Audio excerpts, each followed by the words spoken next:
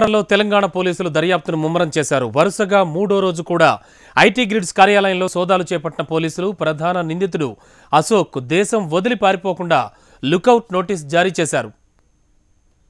కేసులో ఇప్పటికే సైబరాబాద్ పోలీసులు దర్యాప్తు ముమ్మరంగా కొనసాగిస్తున్నారు. ఈ కేసులో ఈరోజు ఇన్వెస్టిగేషన్లో భాగంగా కొన్ని కీలకమైనటువంటి అంశాలు బయటకు వచ్చాయి. ఎందుకంటే ఇప్పటివరకు అమెజాన్, గూగుల్తో పాటు ఆధార్ కార్డుకు సంబంధించినటువంటి అధికారులు కూడా నోటీసులు ఇవ్వడం జరిగింది. వారు ఇచ్చినటువంటి ఏదైతే ఆ వివరణ ఉంటుందో ఆ వివరణ ఆధారంగానే మరికొద్ది మందికి నోటీసులు జారీ చేస్తామనేది కూడా పోలీసులు స్పష్టంగా చెప్తున్నారు.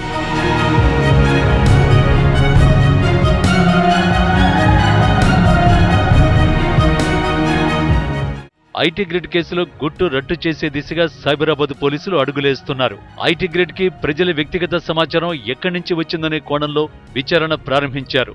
ఈ మేరకు ఆధార్, ఎలక్షన్ కమిషన్, ఏపీ ప్రభుత్వాలకు సైబరాబాద్ పోలీసులు లేఖలు రాశారు. ఇదే సమయంలో అమెజాన్ సంస్థకు సిఆర్పిసి 91 కింద మరోసారి నోటీసులు జారీ చేశారు. విచారణ సందర్భంగా వెలుగు చూసిన అంశాలను బట్టి ఐటీ గ్రిడ్ సీఈఓ అశోక్ తనతో పాటు 2 సర్వర్లు, 3 కంప్యూటర్లు, 2 హార్డ్ డిస్కులు తీసుకువెళ్లినట్టు పోలీసులు అనుమానం వ్యక్తం చేస్తున్నారు.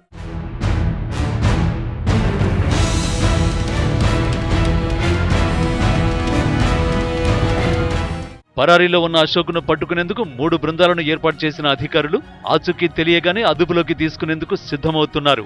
లొంగిపోవాలంటూ జారీ చేసిన నోటీసుల గడువు ముగిసిన అశోక్ స్పందించకపోవడంతో తదుపరి చర్యలకు సిద్ధమవుతున్నారు. అశోక్ దేశం వదిలి పారిపోయే అవకాశం లేకుండా అన్ని అంతర్జాతీయ విమానాశ్రయాలు, ఓడరేవులకు సైబరాబాద్ పోలీసులు లుకౌట్ సర్క్యులర్ జారీ చేశారు.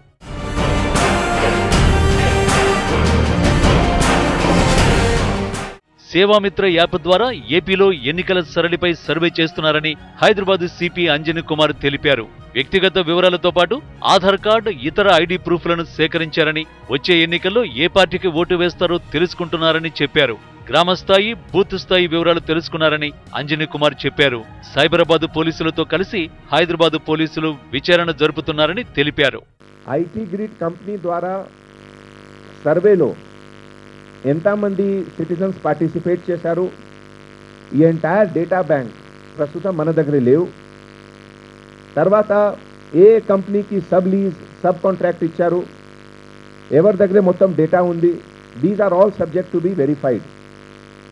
మన ఇన్ఫర్మేషన్ ప్రకారం కొన్ని కేసెస్కి ఇన్ఫర్మేషన్ ఆఫ్ ది కంప్లైంట్ ప్రకారం వెరిఫై చేశాము. ఇదిలో there are some cases which are found missing. So definitely there is element of truth in the complaint.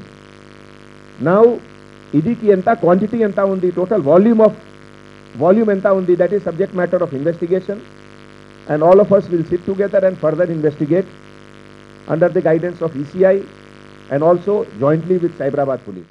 IT grids కార్యాలయంలో మూడో రోజు కూడా సోదాలు కొనసాగాయి.